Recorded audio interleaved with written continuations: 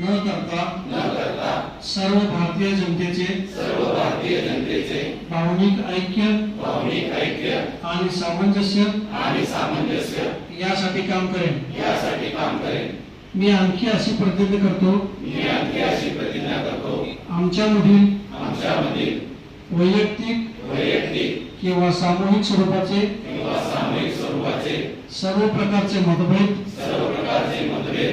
मी हिंसाचाराचा अवलंब न करता विचार विनिमय करून